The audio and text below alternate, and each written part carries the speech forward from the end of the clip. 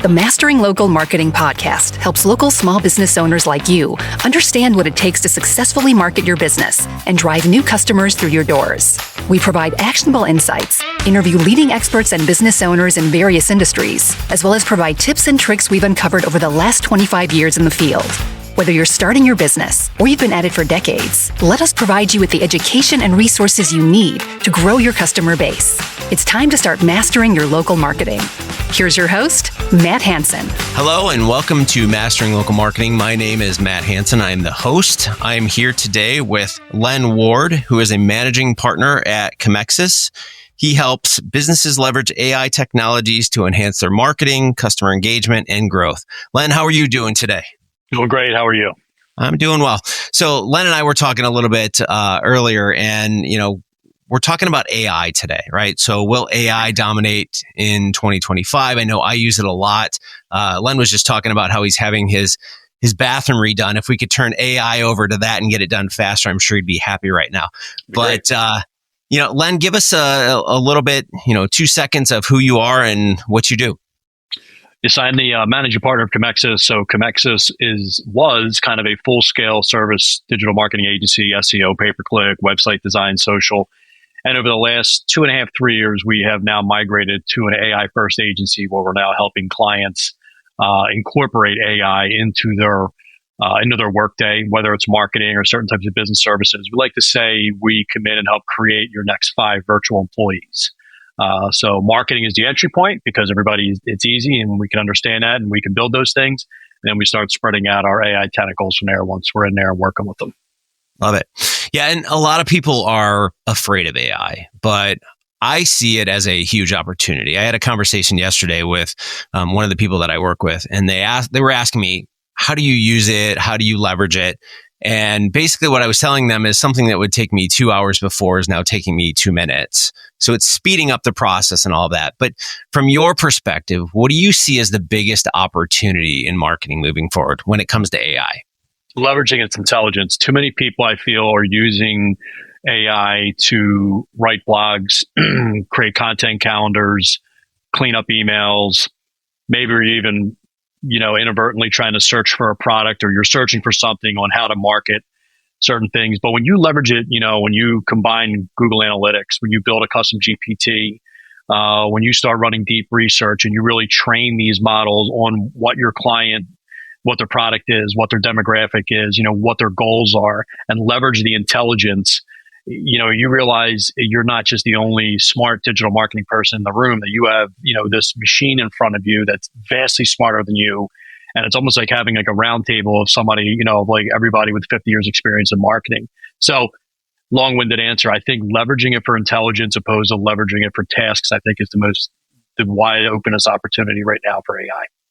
Right. I think a lot of people approach it like that, and they think, oh, well, I'll just put something into Chat GPT or one of the others, right? And really just give me blog posts and give me all of this type of stuff. But there's really a lot of intelligence in there that you can leverage. And I don't think, and tell me if I'm wrong, but I feel like people don't quite understand the capabilities of it. And, we sit back and we look at it from a high level and we don't try to understand it. There's a lot of fear out there, which I get. It's something new. I mean, we had the same thing when the internet popped up, right? Yep. But, where we're at today is people just don't understand it and the capabilities. And I think that's limiting. So, I mean, we deal with a lot of small businesses.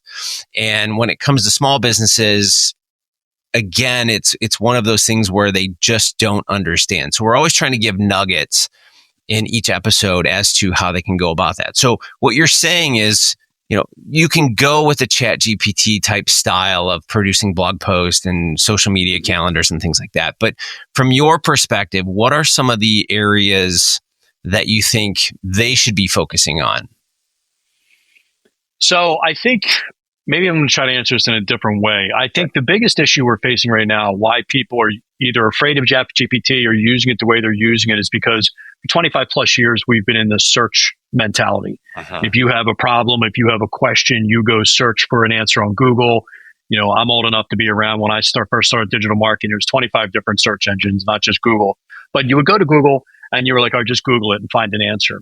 So we're typically in this search and retrieve mentality. Search for an answer. We're going to look through the 40 blue links and figure out what I'm going to, try to build my answer. And we're moving over to a solve my problem world. So think of Alexa, think of Siri, but like vastly more intelligent, vastly better.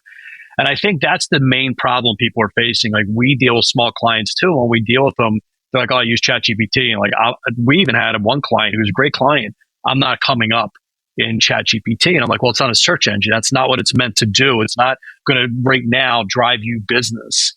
If anything, if you are able to solve a problem, it's going to crawl your website, crawl your content, your data room, which we could talk about later. And you're going to be able to help solve the problems of somebody asking a question on ChatGPT. So I think that's the biggest problem right now. And it's trying to educate your team from top to bottom, or educate, who your staff or whatever it may be, and letting them know that it's not a search engine. It's more meant to solve a problem. So what type of problem are we looking at? What data sets are we trying to figure out? What processes are we trying to, automate and so forth? I think that's the biggest problem that AI is facing right now. I don't know if that answered your question, but yeah, no, definitely. The other thing that I hear a lot is when we integrate some of these technologies and we try to use them, how do we maintain that balance of being personal, of being having the human element in there, right? So everyone thinks AI is computers and all this, but it is. But how do we maintain that personality, that human being kind of integration into AI as we use it in business?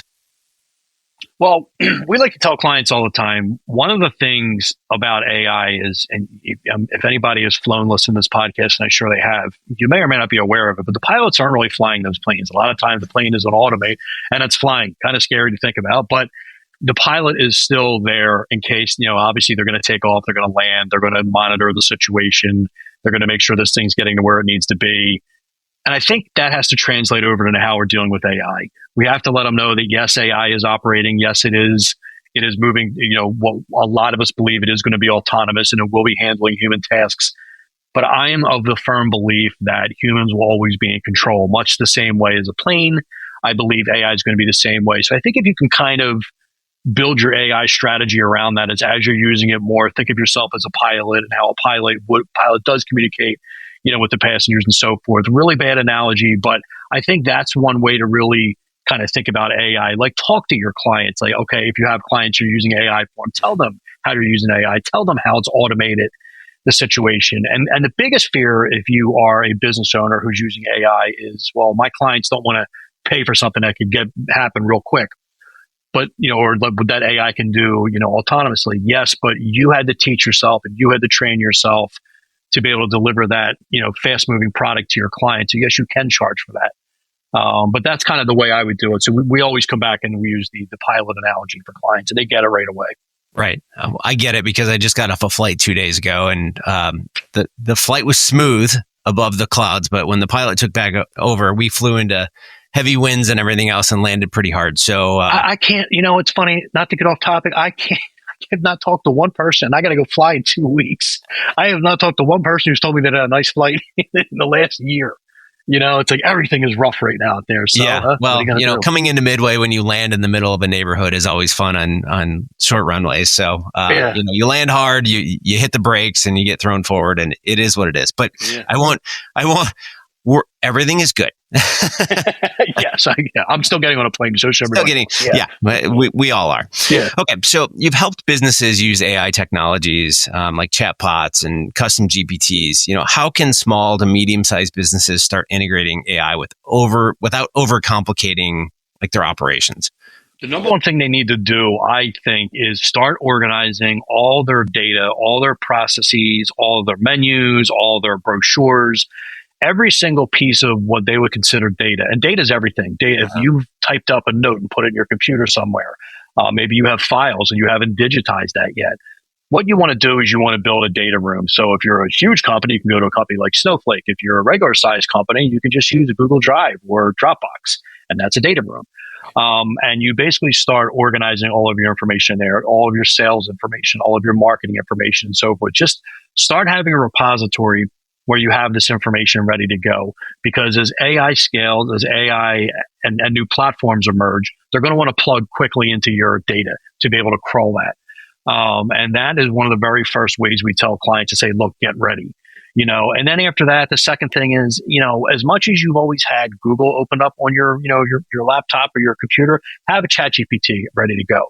And I think the best way to go about it is take an hour a day and just start interacting with ChatGPT. Now, you can use Claude, you can use Llama. We prefer ChatGPT because it's just easier. I believe that's going to be the Google of the search engines. Remember there was Yahoo and Excite and all that. ChatGPT is going to be the emerging one, I believe.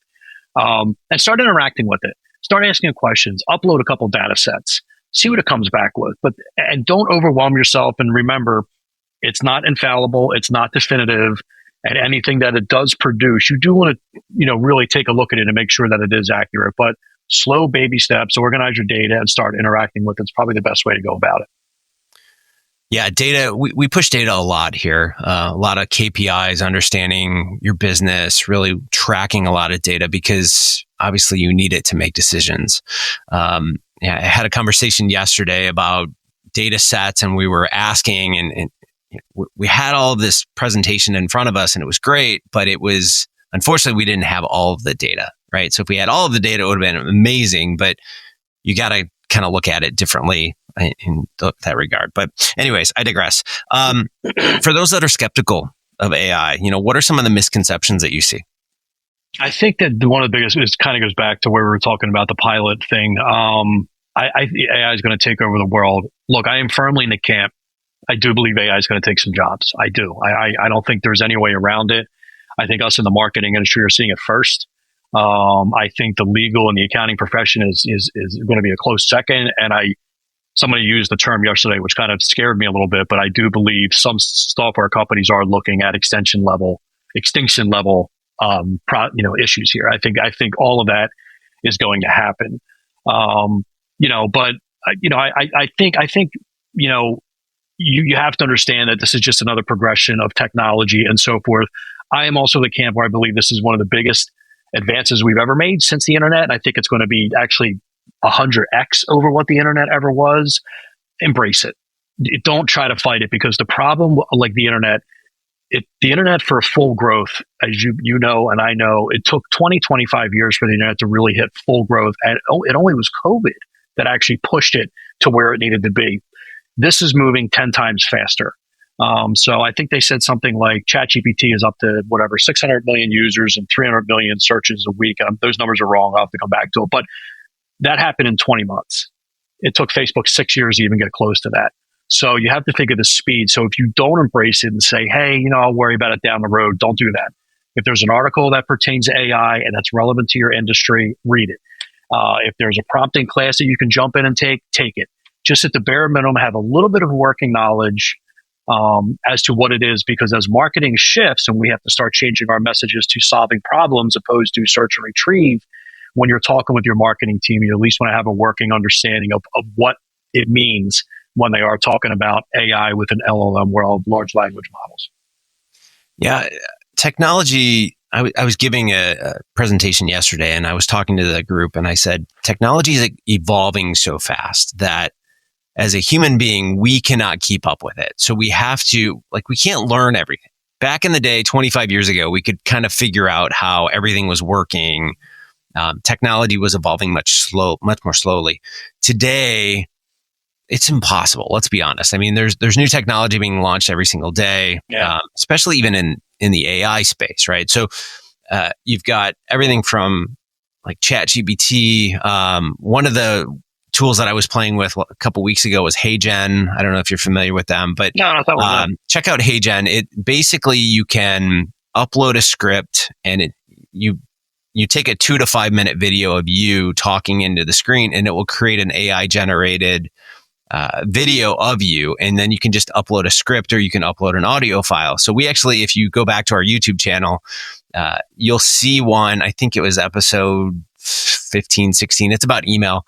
It's entirely AI generated. So it looks like me and I show it to people all the time and they tell me it's a video of me and I tell them it's all entirely AI generated. So there's all of these tools that are evolving. And a year ago, when you say AI generated video, people were laughing because you had 3 eyeballs and 17 fingers and, 3 arms and all that.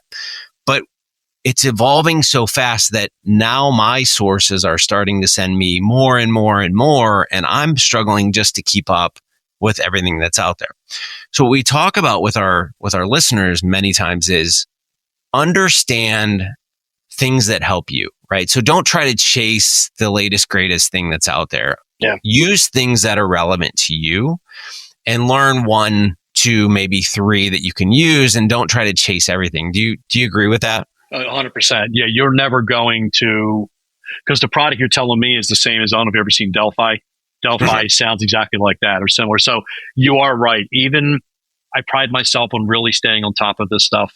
And, I had a background years ago where I was investment banking and I had to digest tons of equity information. I had to go call my clients on, and they would break through the day and just start coming at you with information. So I was lucky enough to have that mind from 20 something years ago to be able to digest content quickly. I can't even remotely come close right now to digesting everything coming at us right now. You are right. So you focus on the fundamentals. Try to find that 1 or 2 podcasts you really like that talks about AI, maybe within your industry, which would be good. Try to find that email list. If you're on X, Twitter, maybe, kind of just build your own list of AI and just slowly but surely, and then try to digest the stuff that's coming in. But I tell clients the fundamentals are this. 99.9% of the products that are built on AI are all built on the back of an LLM right now, which is OpenAI or Grok, or actually more like Llama. So everything is a wrapper. So as they emerge and technologies change, as the LLMs change, those wrappers, again, to use the term again, could be extinct. That's not going to work, and something else is going to come in. So yeah, but I agree, without me getting a little too, in the weeds. It is just do the best you can and just digest what you can. You're never going to get it all. It's impossible. So that poses an interesting question, right? So we went through the .com bubble back in the day, and all kinds of money being thrown at everything, and everything was great and wonderful, and then all of a sudden, companies were disappearing left and right. Mm. Side question here: do you think that with AI, we're going to see the exact same thing, where you're going to see all of these new companies popping up, and they'll slowly start to scale back? Everyone's vying for that space, but I guess I'm kind of tipping my hat here in saying that I feel we're getting to a point where we're going to explode with an amount of companies that are out there, but I feel like you're going to get a retraction, so to speak, of the ones that people enjoy, and the rest are just going to kind of go by the wayside. Just my personal opinion, but what do you think on that? I couldn't agree more. I 100% agree. I think anybody that's been in business, any amount of time, you realize there's cycles, and that's a classic cycle, and, as much as I believe this is going to trump everything we've done on the internet and so forth, I think it's going to go vastly further. Yes, we are going to see a series of a bunch of products and software products that are going to come out there, wrappers per se, and there'll be a few that emerge. And then the other ones are going to go by the wayside. So yeah, that is going to happen. It's going to be very interesting to see how that goes, especially with software, because there's many people who believe in the next year you're just going to be able to type something in to OpenAI, and it's going to build you a software program right there within the next 2 years. Which, I mean, if I'm working at Salesforce, if I'm working in one of these software companies, I'm legitimately a little concerned right now. If I'm a high level developer, like, a skilled, these people are some of the smartest people you're going to meet. And now you're telling me I can just type like what my vision is. Yeah. How many times we walked around and said, I got a great idea for an app. Imagine just being able to type that in an OpenAI and it boom, it creates it for you. So yes. And if we get to that stage, it's really going to back up what you're saying. You're going to start seeing products coming at you every minute, because just think about the human mind. So yeah, you think it's noisy now, give it another year and wait to see how real noisy it's going to get. So if there's one piece of advice you'd give small and medium-sized businesses moving forward in AI, what would it be? Embrace it. Understand that it's real. I don't think anybody in their right mind knows where it's going to go, because I think we're all trying to figure that out. Nobody knows what SEO or pay-per-click or anything is going to look like in the future. We have some ideas. We have some thoughts. We're beginning to migrate a little bit of our clients that way. But embrace it. Do not be the person who was back in 1998 saying, I don't know about the internet or I don't use email, write me a letter. And I sat in those meetings. I saw those people say that. This is going to move so quick, so fast that if you're at least not up to date of what's going on, you are going to put your business in jeopardy. You will put it in jeopardy because you might be a 100-person shop and you might, think, okay, we got all these employees and that's my strength. And you're going to have Jenny and Rebecca over on the right-hand side, and they're just two people in a garage, and they have like 3 or 4 GPTs built out that's going to demolish anything you can do as a 100-person shop. But if you're the CEO, if you're a business owner, and you're aware of the battleground that's happening right now, you're going to be well aware of those 2 people rivals that actually will rival your 100-person shop. So a long-winded answer, embrace it, don't fight it. Last question. Sure. Any technology that you would recommend? Any companies that you think small, medium, large,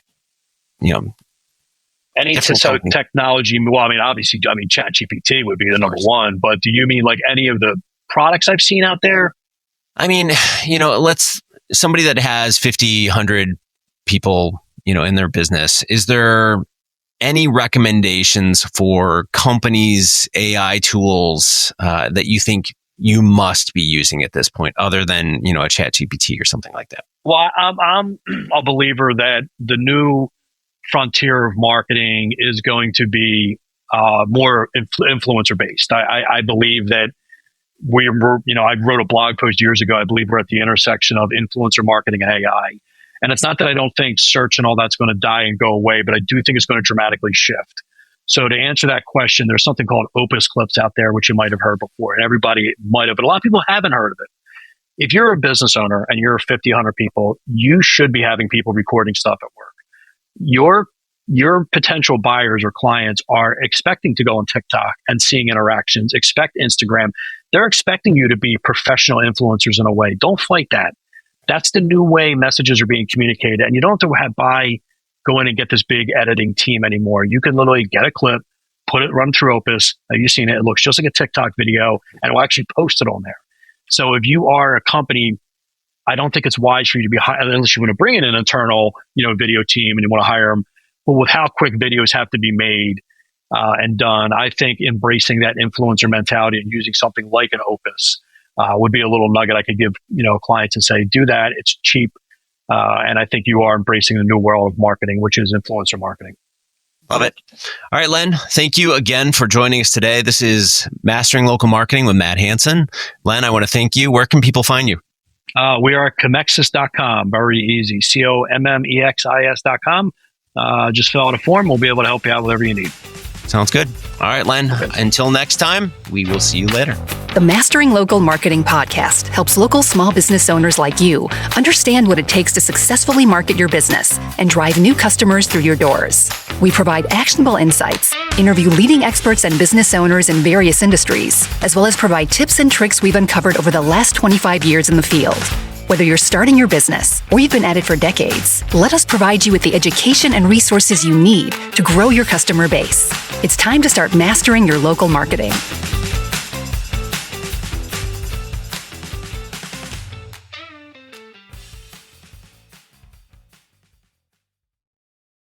This episode is brought to you by Progressive Insurance. You chose to hit play on this podcast today. Smart choice. Make another smart choice with AutoQuote Explorer to compare rates from multiple car insurance companies all at once. Try it at Progressive.com. Progressive Casualty Insurance Company and Affiliates. Not available in all states or situations. Prices vary based on how you buy.